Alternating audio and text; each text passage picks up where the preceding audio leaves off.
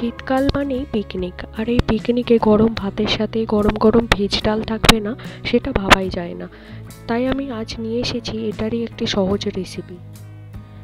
চলুন বন্ধুরা, রেসিপিটি দেখে নেওয়া যাক। আর যদি ভিডিওটি ভালো লেগে থাকে ছেড়ে যাওয়ার আগে লাইক, কমেন্ট, শেয়ার করবেন। আর যদি এখনও পর্যন্ত সাবস্ক্রাইব না করে থাকেন, সাবস্ক্রাইব করে বেল বাটনটি প্রেস করলে, অল সিলেক্ট করলে আমার সমস্ত ভিডিও নোটিফিকেশান আপনাদের কাছে পৌঁছে যাবে। চলুন রেসিপিটি দেখে নেওয়া যাক।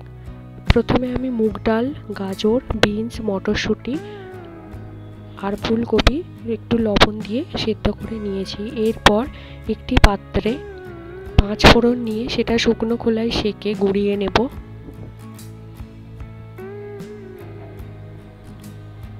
পাত্র গরম করে আমি এখানে খুব অল্প ঘি নিয়েছি। এর মধ্যে আমি দেব কয়েক চিমটা হিং। এরপর আমি এর মধ্যে দেব একটি তেজপাতা ও 2টো শুকনো লঙ্কা। এটা একটু ভাজা ভাজা করে নিয়ে এর মধ্যে আমি দেব খুব অল্প করে আদা বাটা।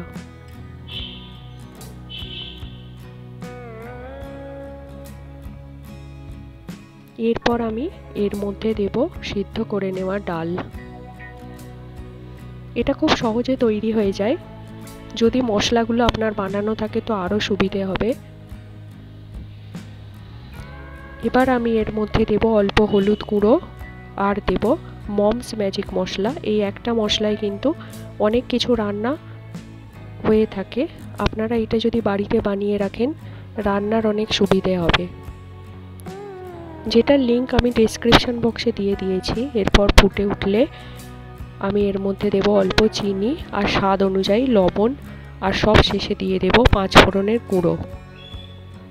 এটা ভালো করে ফুটিয়ে নিলেই রেডি। গরম ভাতের সাথে গরম গরম ডাল পরিবেশন করবেন।